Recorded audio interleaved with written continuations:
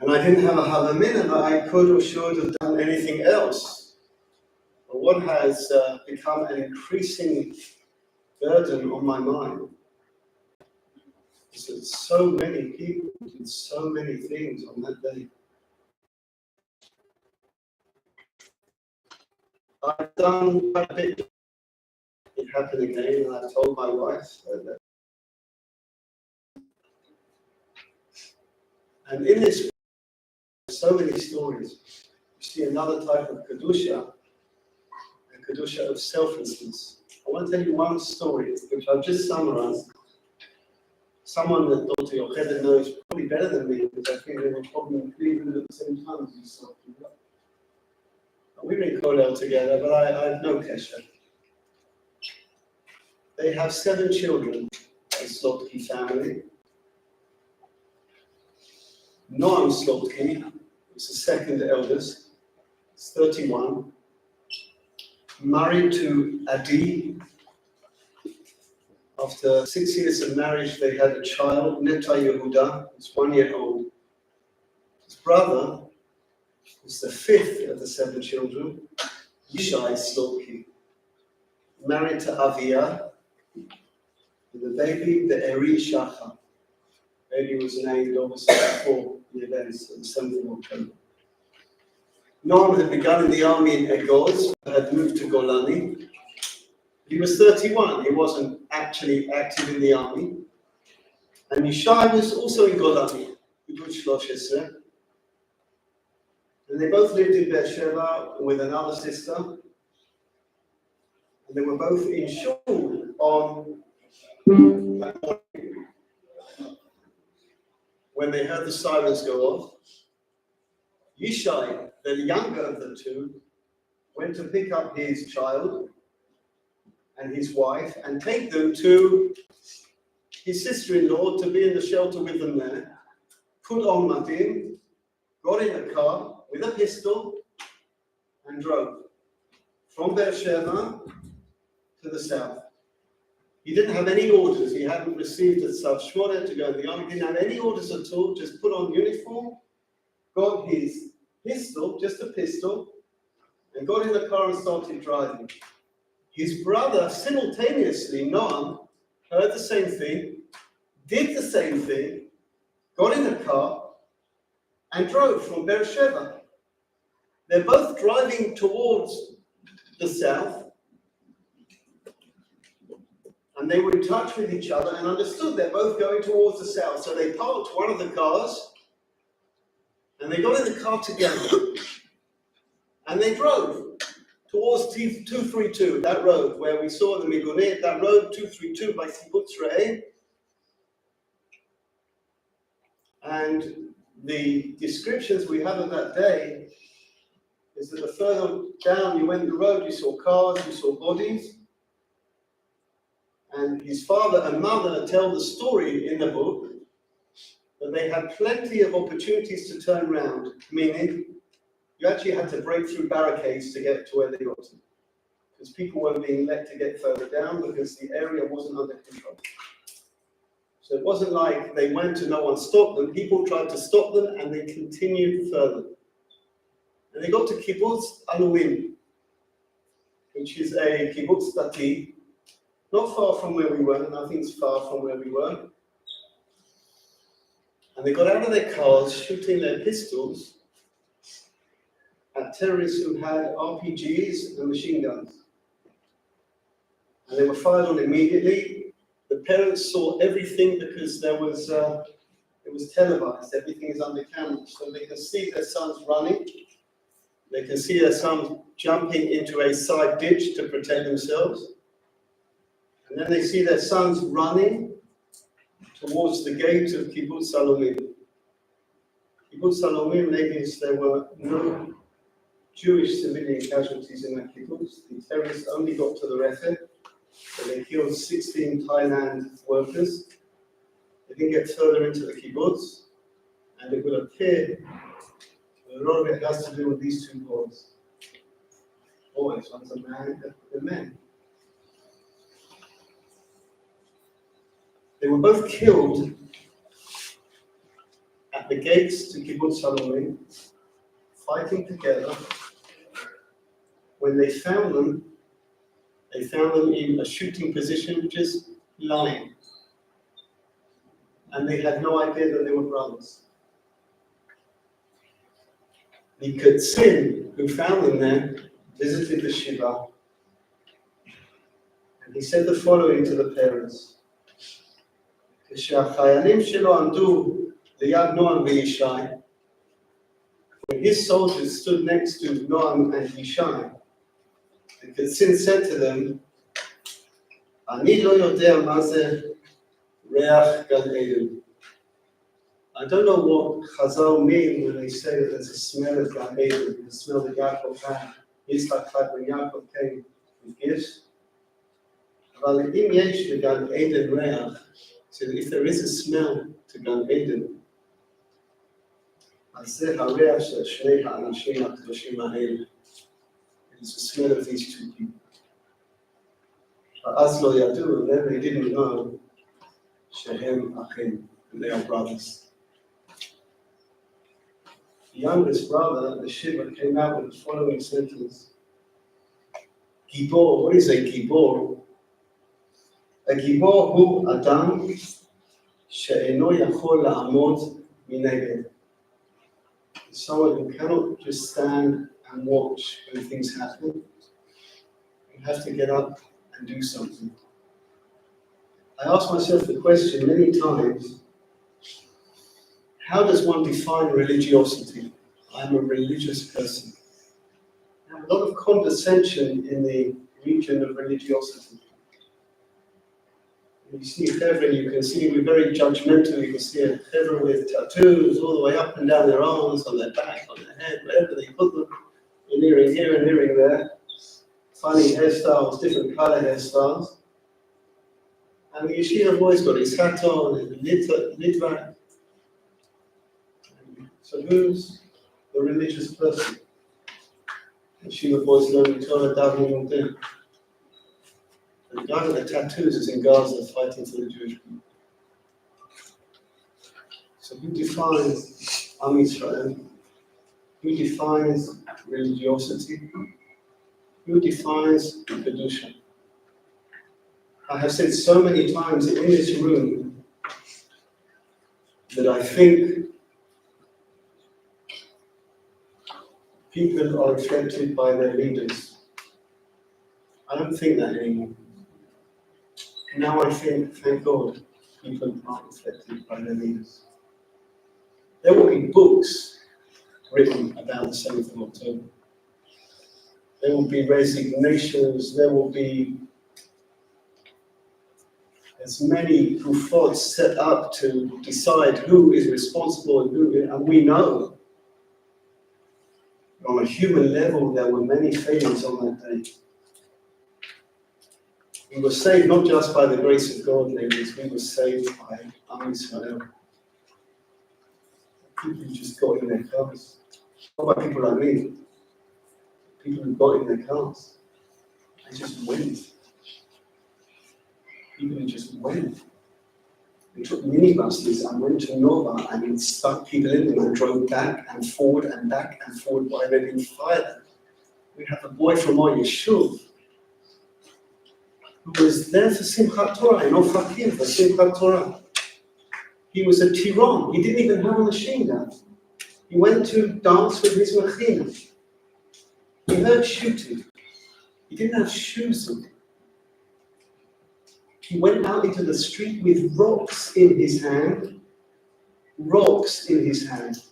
They had machine guns. He started throwing rocks at them.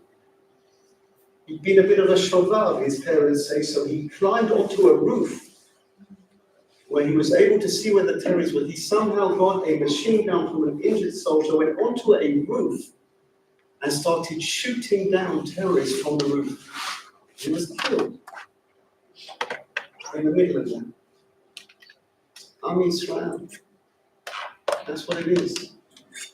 When you go to HaZikaron tomorrow, something you didn't see on Thursday, what you did see on Thursday was how it's built and how to understand the place technically. When you go tomorrow, Ezrat Hashem, you will see Am Yisrael. You'll see every type. You'll see Haredim there. You'll see Teimanim, you'll see Sfaradim, you'll see Ashkenazim, you'll see Chilonim, you'll see Datiyim, Am Yisrael. And you will see Kedusha, Kedoshim to you. You'll see both aspects of Kedusha. You'll see people who, it's not enough just to separate yourself and look after yourself and see that you're okay. People who've immersed themselves in the life of their people. People who've given up everything to do what they're doing. Such mixed feelings when you put your son in the army. On the one hand, you know you're about to enter another 2 years of sleepless nights. But what I said to my Bogro when I left them, the message is why I came. I came here to see my family become Maccabim. That's what I came for. I don't want to be in someone else's country with their police.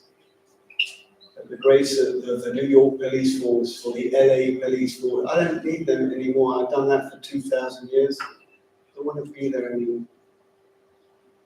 So a lot of pride. Tears of worry and tears of joy. And the point that I mentioned to them, which I mentioned to you, is it's an incredible feeling in life to have wanted to do something and to have done it. I don't know how many people are zoche to that reality. To have had a dream and to have lived the dream. And people here have lived the dream. They died the dream. This is what I spoke about at Nesarim. I showed you through halakha, through chazal, that you cannot have Purim without Tanit Esther. You can't have Purim without Tanit Esther, because without everything that happens on Tanit Esther, we wouldn't have Purim to celebrate. And therefore, in the Gemara, Tanit Esther is considered to be Yemei Purim. It's part of Purim. And I mentioned to you then, but now I said to you in the context of where we are now. When we reach the end of the Chag, when we reach the end of Pesach, the end of Sukkot, those of us who have lost someone, we have something called Yizkor. At the end of the Chag, the last Musaf of the Chag, 7th day in Israel, 8th day in Chutz La'aretz, just before we put the Sefer Torah away, we have the Kel Malei Rachamim, a personal Kel Malei Rachamim that we say for our loved one. Mother, whoever it may be. It's at the end of the Chag, and I imagine that the rationale is that the Chag is never complete when your loved one is not there with you. But we have Yizkor before Yom HaAtzmaut. Yom HaZikaron is before Yom HaAtzmaut. It's not at the end of Yom HaAtzmaut as a token, ceremonial reminder of a lost one, because Yom HaZikaron is Yom HaAtzmaut. We have this country, more of it tomorrow, but we have this country, the Chazdei Hashem. But we also have this country because people are prepared to put on uniform and fight for this country. Because people are prepared to live in this country. They don't run away when things happen, they stay. They live here. They keep driving on the roads, again shoot, and we'll keep riding on the roads. Many, many years ago, I used to give a shir to Bobrov on Tuesday nights in Yerushalayim. Many years ago. I stopped to write books, and now I don't do anything. And I was trying to get to Yerushalayim. It was 2002. I was trying to get to Yerushalayim, and you couldn't drive down the road because they were shooting on our road. So they closed the road. So I felt very upset that I couldn't get to Shiur. So I turned around, and I went through Bet Shemesh and came up through Yerushalayim to give Shir. And as I was coming through the entrance to Yerushalayim, I started singing loudly in my car, Utsu Eitza L'Tufa. And I said, there you go, Arafat. I made it, despite you. People drive on the roads, people live in their houses, and people fight in our army. We cannot have Yom Ha'atzmaut without Yom HaZikaron. Cannot be. And we are in a unique position, unfortunately today, for the first time, to have one of our beloved alumni to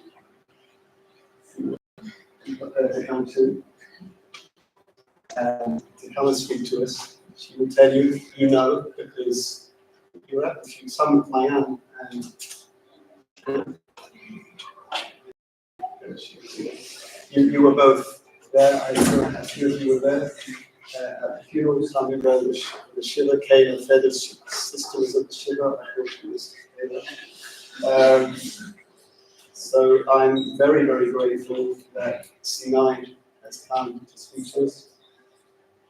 I think the last time Senei was here, we saw with her in this room. And so she doesn't need a further introduction. I'm going to let her speak. And thank you very much.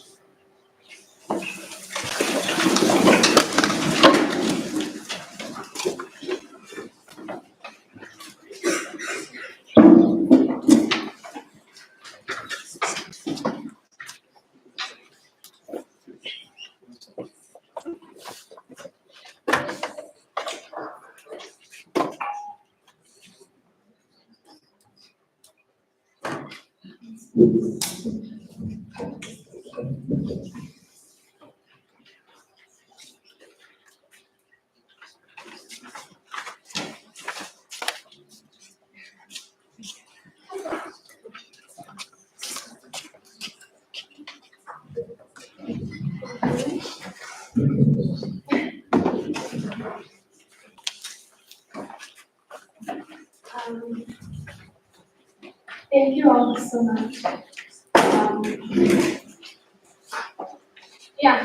It's pretty crazy for me to be here as a forever student.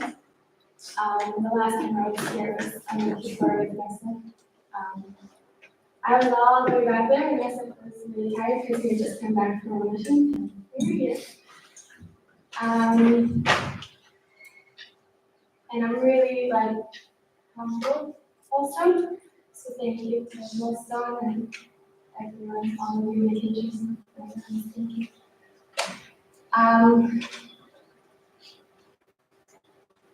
So it's important for me to start saying that anything that I say that can move you or inspire you is not for me.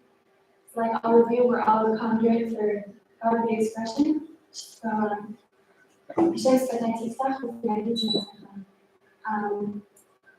I'll also tell you that I've never spoken in such a Ma'amad before, so maybe it's not me fair. And thank you, most importantly, for this kavod for yourself. Thank you. Yosef was born in Aleph Tibet, December 26, 2000. He was raised in Bet Shemesh and went to school here in Jerusalem. He is the fifth son out of 7 children. Shira, Asher, Ye'emi, Charlie, Yosef, Esther, and Elisheva. His parents are Dina and David, and I'm very, very lucky to be part of their family. Truthfully, as I'm writing this, I don't know where I should begin. Should I tell you about Yosef? Should I tell you about me? What should I relate to? I've never done this before. So I guess I'll start with a few things I want you to know about Yosef.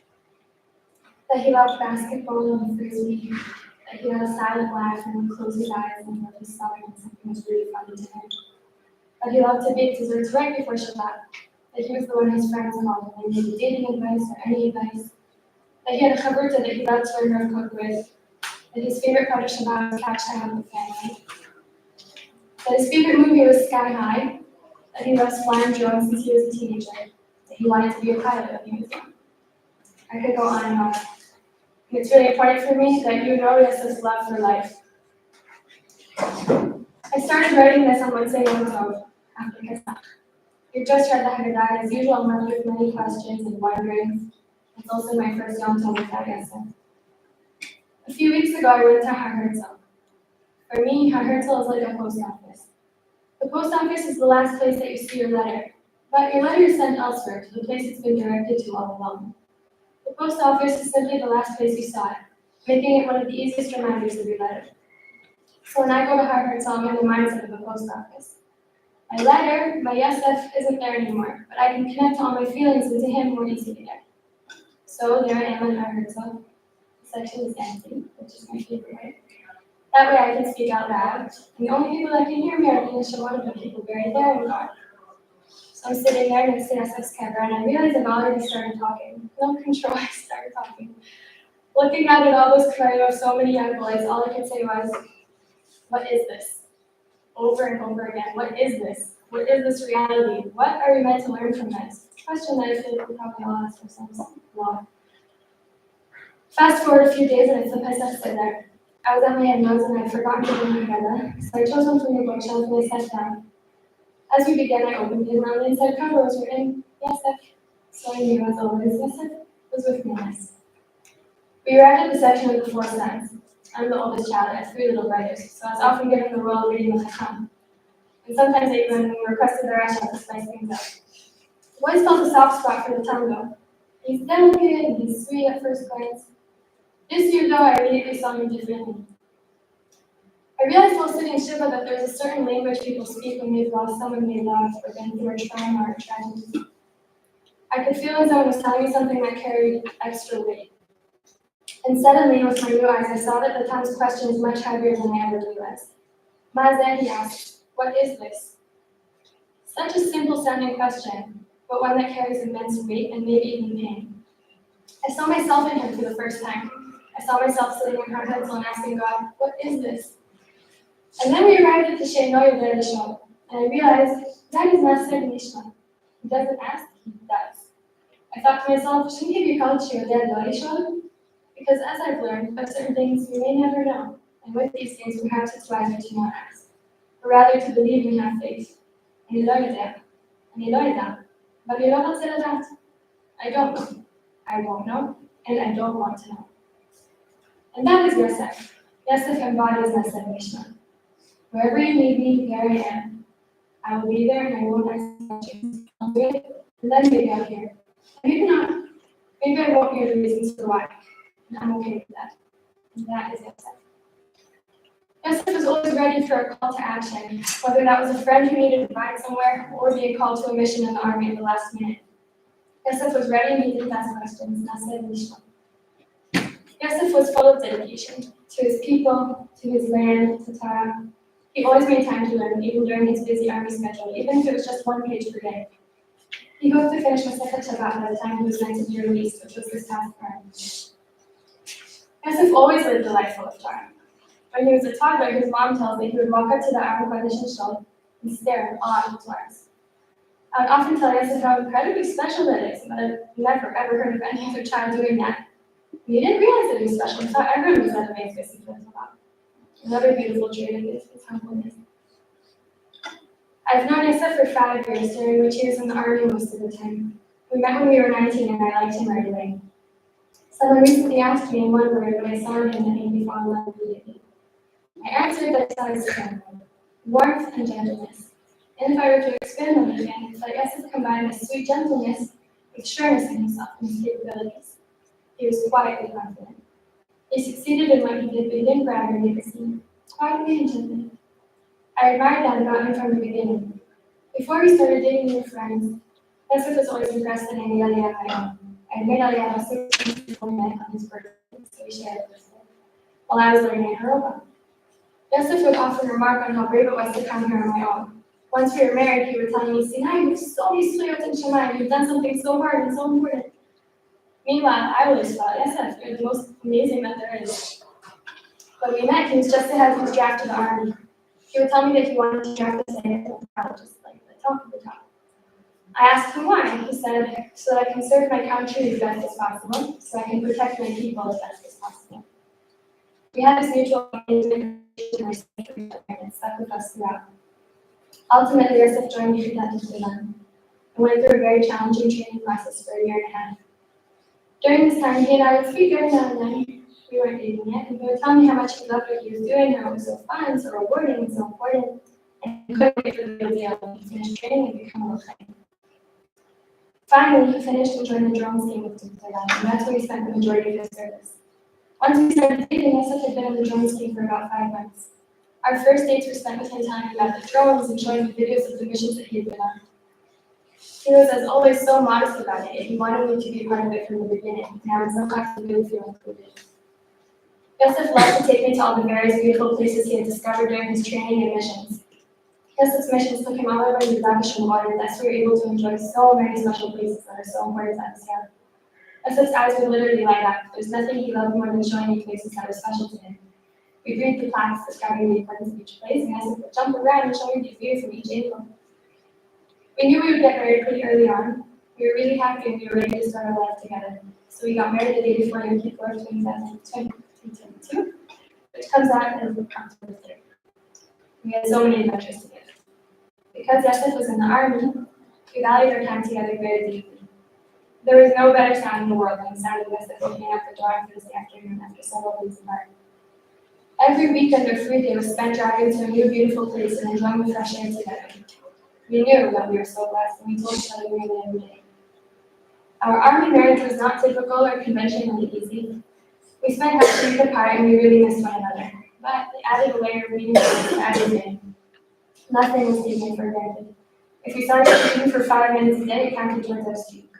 We went to literal lengths to see each other whenever we could, because we really valued every moment together. Because of this, I got to absorb so much of it for myself. I was once told that your husband isn't your rabbi, your teacher, your lawyer, etc. He's your husband and your best friend. And yes, it really was my best friend, he still is, and he always will be. And I think the best friendships are the ones that you learn from. I learned, thank God, so much from myself. Yosef would give tzedakah, but he wouldn't tell me. I would sometimes see a sum of money taken out of the bank and he'd say, oh, don't worry, it's just tzedakah. After I lost him, several people approached me and thanked me for Yosef's donations to their organizations. I had never known he had done it quietly. As I said, we spent a lot of time outside, in nature, just us and the sun and the wind. We would sit and talk and just eat. Every time, Yosef would pick up 2 pieces of trash from the ground. Early on in our relationship, I asked him, so why 2 pieces, why not 1? And he said, well, I've definitely dropped so many pieces of trash in my life, so I'll pick up 2 for every one I drop. It was so simple to him, but it's such a powerful message. It's in your grasp, why not reach for it? It can only possibly create a butterfly effect of good. And the beauty of the butterfly effect is that you surrender to God. You do something good, and you don't ask why, what will happen as a result.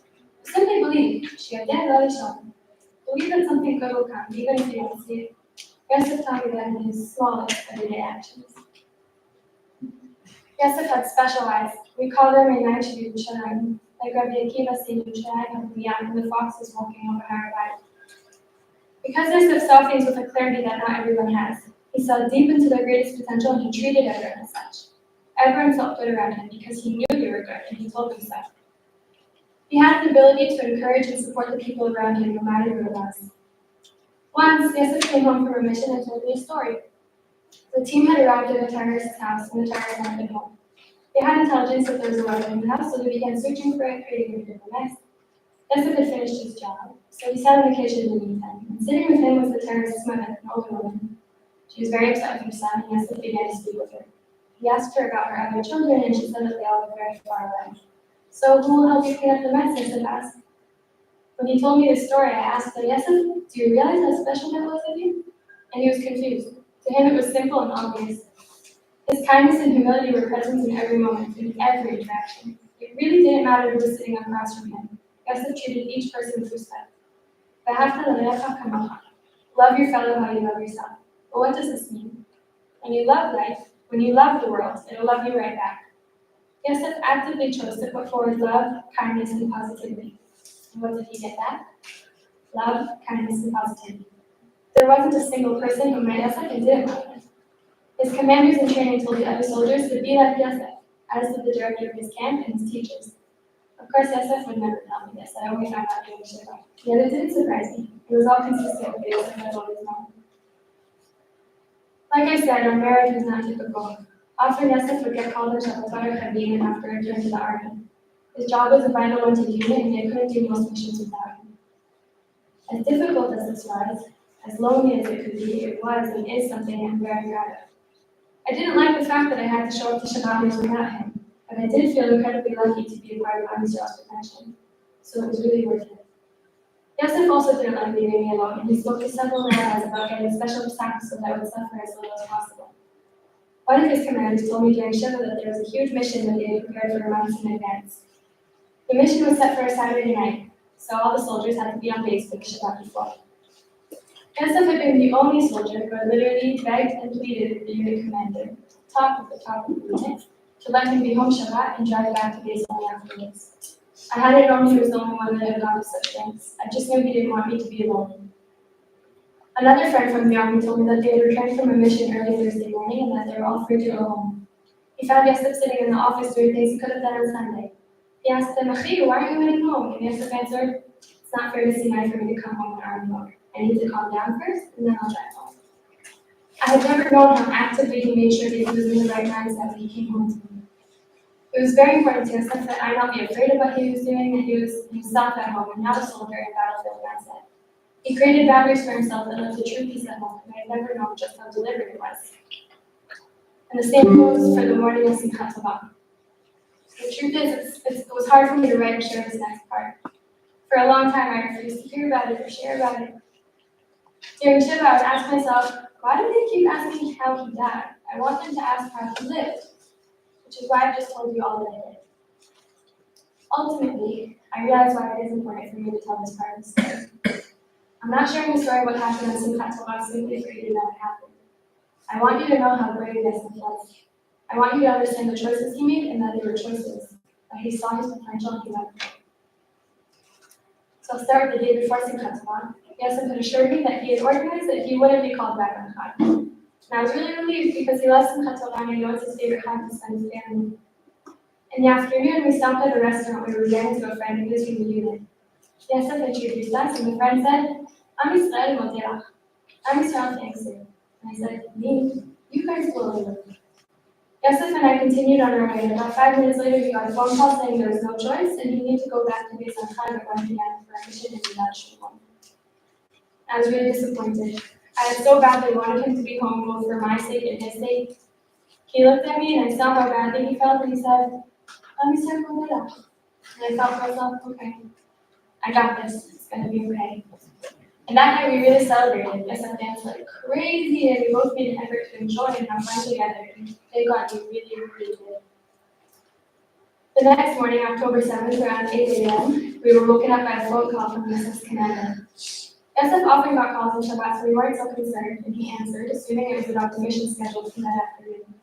But I saw his facial expression, and I heard his tone of voice, and I asked him, "What is it?" And he said, "Apparently there's a people I got sacked and not hurt soldiers." The thing is, Yosef and I, therefore me, often knew about piguim that didn't make the main news channels, and I was hoping this one was another one of those. Hurt soldiers are not typical. So I told Yosef, "Don't tell anyone in shul, because it's Shabbat. We don't really know what's going on, and we don't want to scare anyone." Then, about 10 minutes later, the first siren in Jerusalem went off. I was really startled. First, we had gotten that phone call, and now seemingly rockets were being fired from Gaza, and I was starting to panic. And Yosef was calm. And we ran to the staircase, and he just hugged me and said, "It's okay, Senei, it's okay." And we assumed, like everyone else, that it was a one-time thing, and we walked the show. As we walked, we ran into some friends and family, and they asked us what was going on. He said, "Oh, I don't really know. Seems like there's about a guy in the staff. We really didn't want our hands to learn." Once we got to shoulder, there were 5 sirens in a row, which we did some as well. Yosef made sure to find me each time I went into the Mamad because he knew how nervous I was. But after the 5th siren, Yosef decided we had to call 7 and see what was going on. We stepped outside and he called his friend Guy Parks, who told me he was driving the base. Yosef hung up with me and said, okay, I need to go back. I'll try to be back by tonight, and you could stay at home. And I said, no way, I'm coming back to the apartment for you to pack up your stuff. So we left Shaw, we ran to his parents, and he told me he had to go back, and they blessed him like they always did for his missions. And then we began to walk. At first it was normal, but as he started getting more and more phone calls, he turned to me and said, okay, we have to run. I was in shock, and had no idea what was going on. And yeah, it's true, yes, I've had to leave Shabbat often, but never in this way. We had never run home like that. When we got to our corner, I realized that his sister was home alone, she's my neighbor, and I wanted to make sure she was okay. So Yosef told me to meet him at the car in 5 minutes. So I ran to our building and Yosef was running out, and the neighbors were panicking, asking me where to go, and he calmly answered, just to the army, always. He ran ahead of me, turning back as he laughed, and said, I hope it's okay, I just have to sing with me to the army. And for a moment, it was all normal. Yosef leaving the house, bringing with him whatever snack I made for him, just on his way to a regular mission. But then he kept running. When we got to the car, he quickly threw his stuff in, gave me a kiss, and said, see you soon. He got in the car, and usually, this time in the lock, he would wave and yell, I love you! But this time he quickly reversed and drove away with a small wave. And that was the last time I saw him. My sister-in-law met me at that point and said something like, oh, I'm sorry, and I waved it off, like, oh, happens all the time. But there was something in the air and its hurriedness that told me that this was different. Yet I held on to him, trying to get back to that night. We got back to Shul, and the rumors had already started. People had turned on their phones and seen the news, and as horrifying as it was, I chose I'm not believing this. I told myself it was Shabbat, and no one actually knows, and I decided, in a not so usual decision, of 9:30 TV. It was the only thing I could think of in that moment that would quiet all the noise around me. This whole time, I and Yosef were both under the impression that he was going to his scheduled mission in Milston 1, just a couple hours earlier. So I wasn't really so worried about him, but I was worried for the people down south. That night, I turned on my phone after class and I tried calling Yosef. I went straight to voicemail, so I waited another 5 minutes and tried again, same thing. I wasn't so worried, I was used to this, and I figured he was still on his mission because sometimes he came out to hours. I checked my text because sometimes his non-religious friends would send me updates, but I hadn't gotten anything. I still wasn't worried. Then I opened the Tzibit Wives group, and I saw that one of them had written that the Tzibit was down south. So after an entire Shabbat of rumors and worrying, I broke down, and I cried, and I was scared. And then after a minute, I told myself, pick yourself up, Senei. He's okay, he's just busy, and he knows what to do. So that night, I slept at my sister-in-law. Before I went to sleep, I texted Yosef, and his phone said that I don't care what time you call, just please call whenever you can. So we had done this a few times before, and I was used to him calling from a friend's phone whenever he had a free moment. I went to bed with my phone next to me, ready for a call. That whole night, I had a repetitive dream that was so vivid and realistic that I almost thought it really happened. In the dream, Yosef was calling me from his friend's phone and saying, I'm okay, don't worry, I'm just tired, but I'm okay. And he was laughing and laughing. I woke up in the morning and I thought to myself, okay, he didn't actually call, but I'll take this as a sign that he's fine. The next 2 days, Sunday and Monday, went by without any word from Yosef, but I felt reassured by my dream. He's just tired, but he's okay. I should know.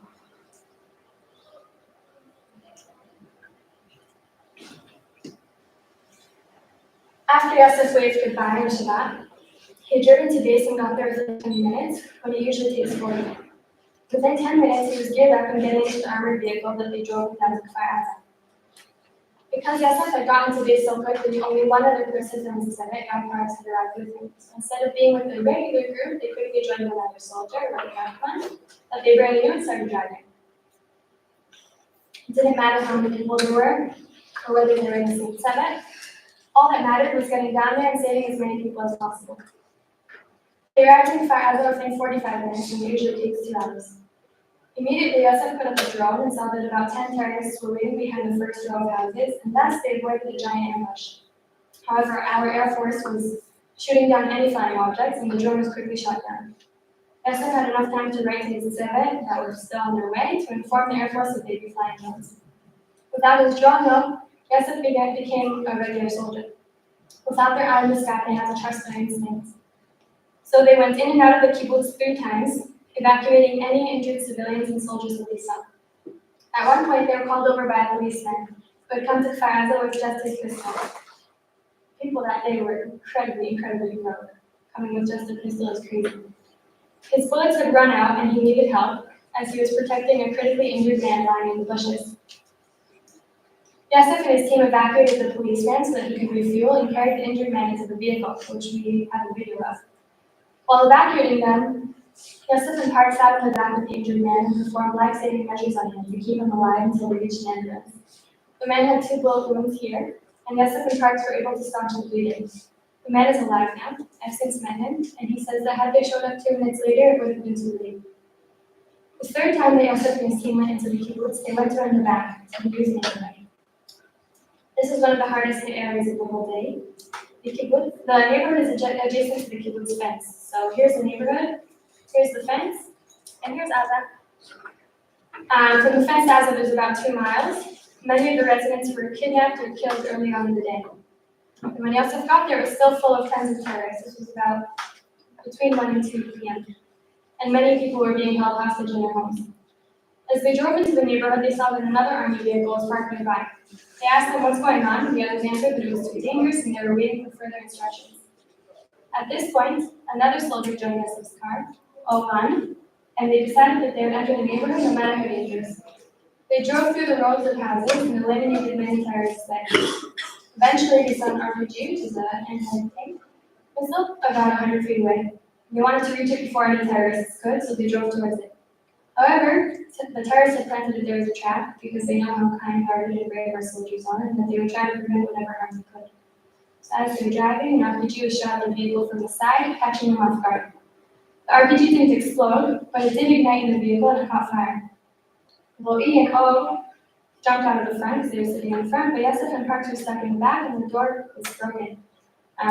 So they couldn't come out from the back. And after 30 seconds of trying to release the rifles from the vehicle, they gave up because it was getting too hot and the car was on fire, and they jumped out through the front. So Roe and Or had enough time to hide behind the wall on this side, but Yosef and Parks were immediately met with a grenade thrown at them. They jumped to the ground and another grenade was thrown. Yosef yelled grenade, and Parks ran to the right, and Yosef ran straight ahead towards the fence. As he ran, Yosef was shot. For 20 minutes, the others hid and waited for help. No one was sure what had happened to Yosef. Parks called out to him, and Parks was injured, and he was risking his own life being exposed to the terrorists, but he needed to know where Yosef was, but Yosef didn't answer. Finally, an army vehicle pulled up. All ran up to the car to talk to him, and as he did, he was shot too. His body was evacuated, and Roe and Parks waited for another vehicle to evacuate them. Finally, someone showed up, and Parks begged them to look for Yosef. They looked, and they didn't find him anywhere. So for 2 hours, Yosef's status was missing. At 4 p.m., instead of arrived, they put up a drone. They saw a soldier lying on his stomach outside the kibbutz fence. 2 terrorists were picking the soldier up and carrying him towards Aza. At first, they thought it may be a terrorist dressed up in Sahel uniform. And then they saw tzitzit and a drone battery, so they knew it was Yosef. Yosef was always makbid towards tzitzit, during basketball, during frisbee, everything. And many religious soldiers choose not to wear tzitzit during missions, especially in the summer months when it's too hot, but Yosef always chose to. And his dedication to tzitzit saved him and us from having a much worse story. The army sent a Golani force in an armed vehicle to eliminate those terrorists and recover Yosef. They saw he was no longer alive and evacuated his body. I found out only 2 days later. Now, as I said, my dream in which Yosef told me he was okay had carried me throughout those 2 days. I knew he was okay. Once I found out that he had already been in Shamayim and I dreamt that, I understood that he was telling me, Senei, I'm okay now. Don't worry, I'm with you. And he's very much with me. I see Yosef in every moment. I hear his encouragement and his pride. I know that he's doing his part out there while I do mine. I carry him with me and I represent him. I tell stories not just about his death, but about his life and his love for life and how much he loved the people around him, so that everyone who hears can learn something. And if everyone learns something big or small from Yosef, we've already done something amazing by spreading so much good. As Yosef said, we have so much strength simply in our humanity. We can create a butterfly effect and beautiful things by being good to each other. I'm endlessly grateful for the beautiful life I had with him and continue to have with him because of him. And I'm grateful that I can tell you about him even if it's just the tip of the iceberg. I'll finish with something SF wrote about HaZikaron. The purpose of the day is not to cry over how the people who died were so heroic. Rather, it's to understand that within each of us is the ability and the power to do what they did. They awaken within us the ability to see how much power we have. I hope you leave this room feeling strong and proud of who you are and who we are as a people, because we are capable of amazing, beautiful, powerful things. Yosef knew this and lived by this, and I hope it's something we can all take with us. So thank you all for letting me share about my Yosef. Thank you.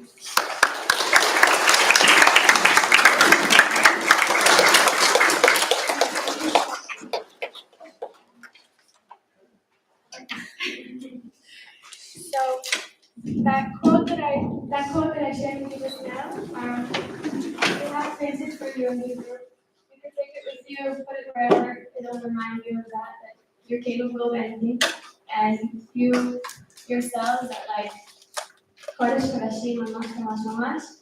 And if you love yourself and if you love the people around you, it'll create a huge ripple effect, which we always see all the time. So I wanted you all to have this. So before you go, everybody, you can all take one. And really thank you so much.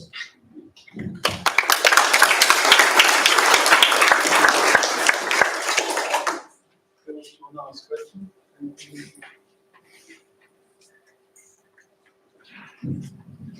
Okay. Ask about anything she does.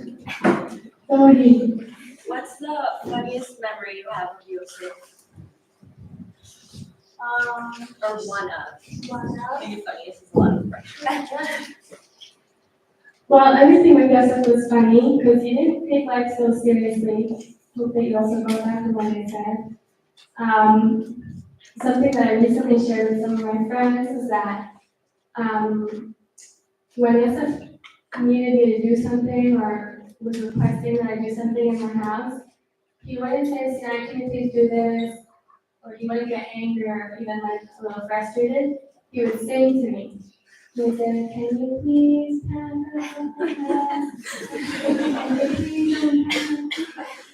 So that was pretty funny because I mean it's not fun, I'm allowed to be able to do that.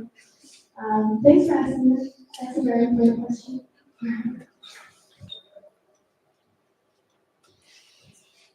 And it's okay if you have a question. I just really appreciate that. Where did you meet Yosef? So I met Yosef in camp in Camp Shalom. You can hear where I am. We worked in Indianapolis together. Yeah, so we met in camp. We started dating 3 years after that. Yeah. You shared us that the dream you had really like even after you started right? So was there a point where you were breaking down again and what kept you up? Can you share more what was your strength? Yeah, thank you for asking.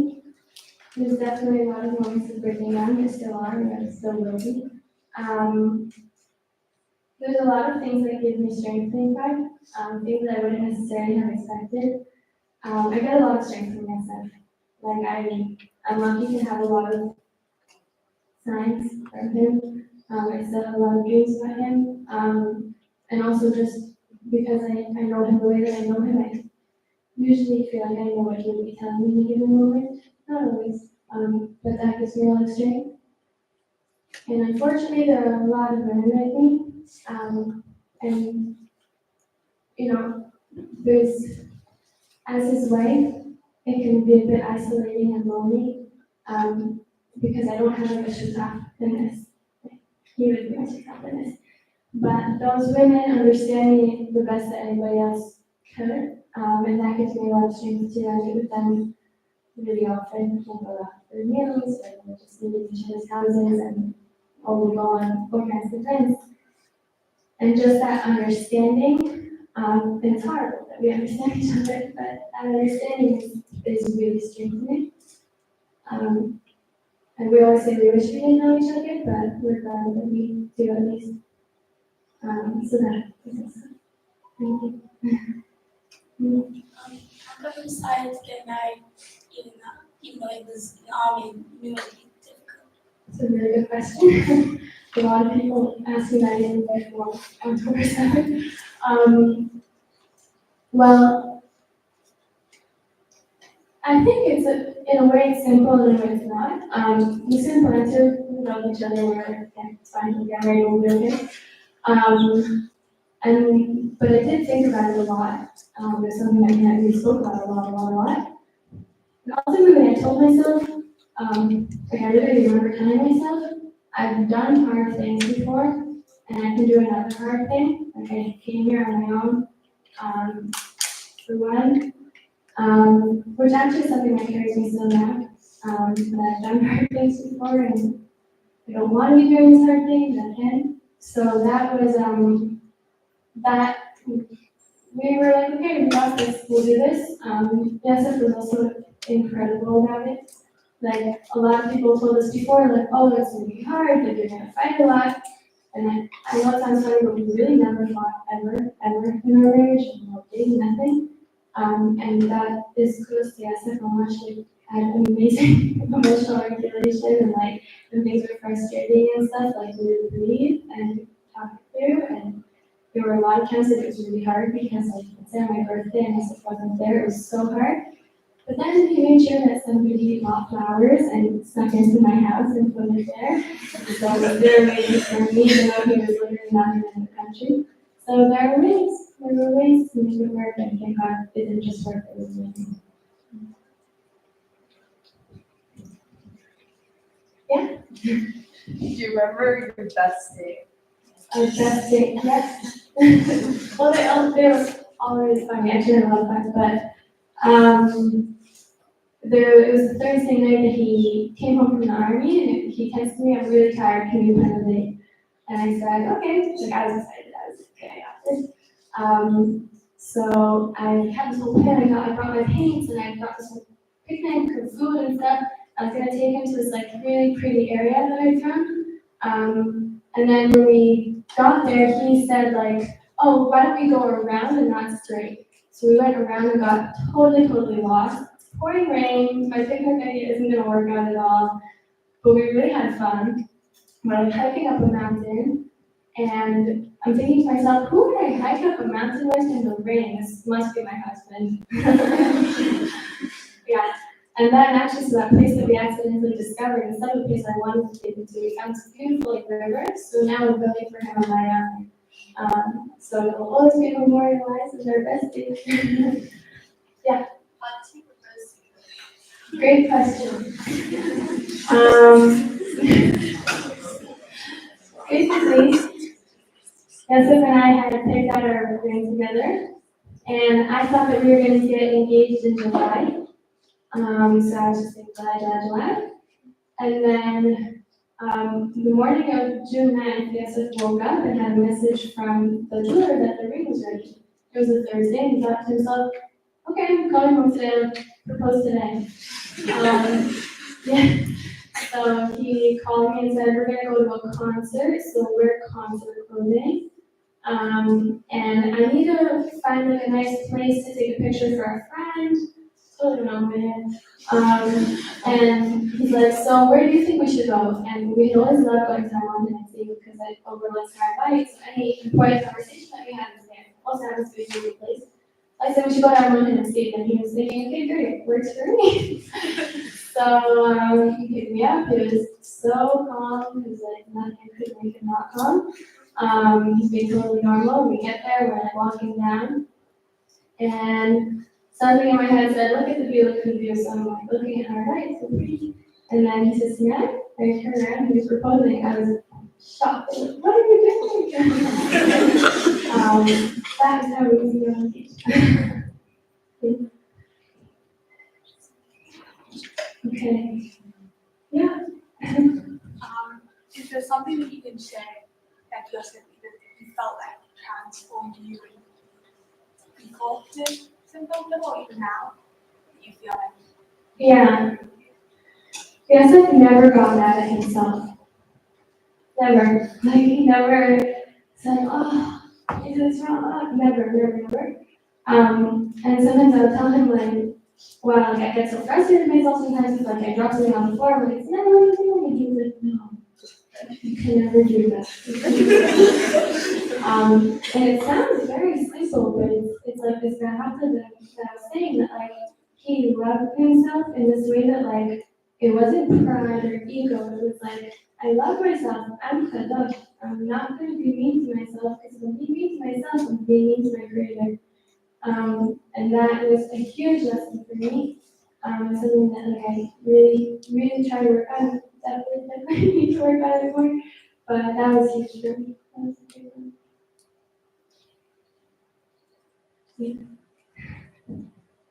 Yeah.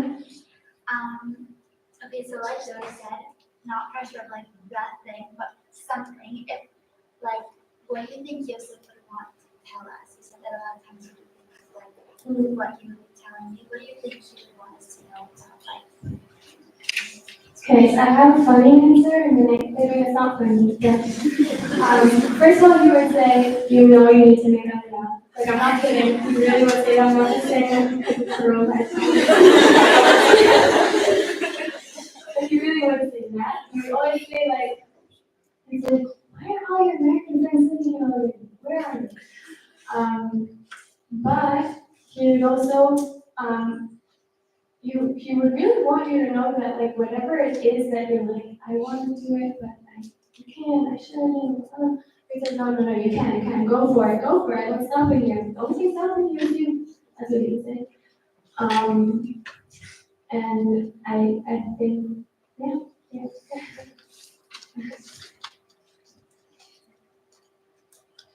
Okay, thank you guys so much. I wasn't expecting that was really extended. And I hope that, I hope that you can take something from this, and for the next 48 hours, they're heavy, but also really special to what you were saying. I really thank you.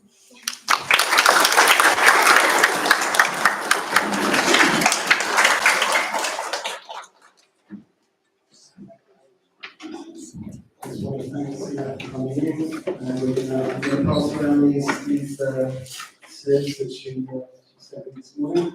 And thank you for bringing all these for back. Who live in Israel but don't come to visit.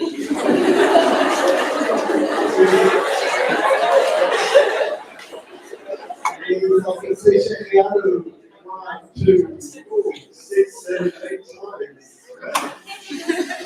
And it's on topic. Thank you so much. Thank you, Uncle. And we finished. I finished what I was saying before with those words of speaker. Giבור hu adam she'eino yachol la'amod mineged. A giבור is someone who cannot simply sit back. And this is such a special story of Gevurah. And there are so many of those stories. On a final point, I would say, when you're trying to identify yourself as a person, many of the things that we do are anticipated. We prepare ourselves for them, and so I don't feel that they're so real. So we live in a very, very important and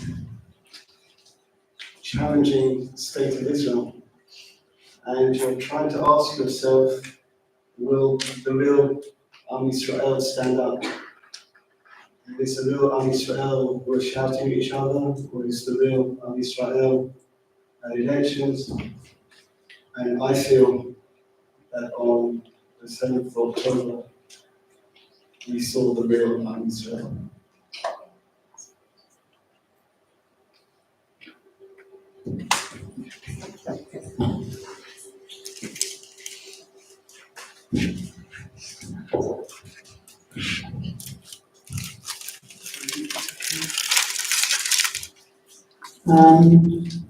I'd like to give you a little time and ask you to go here at 5 o'clock. We're going to have a seconds. So then you're good to go.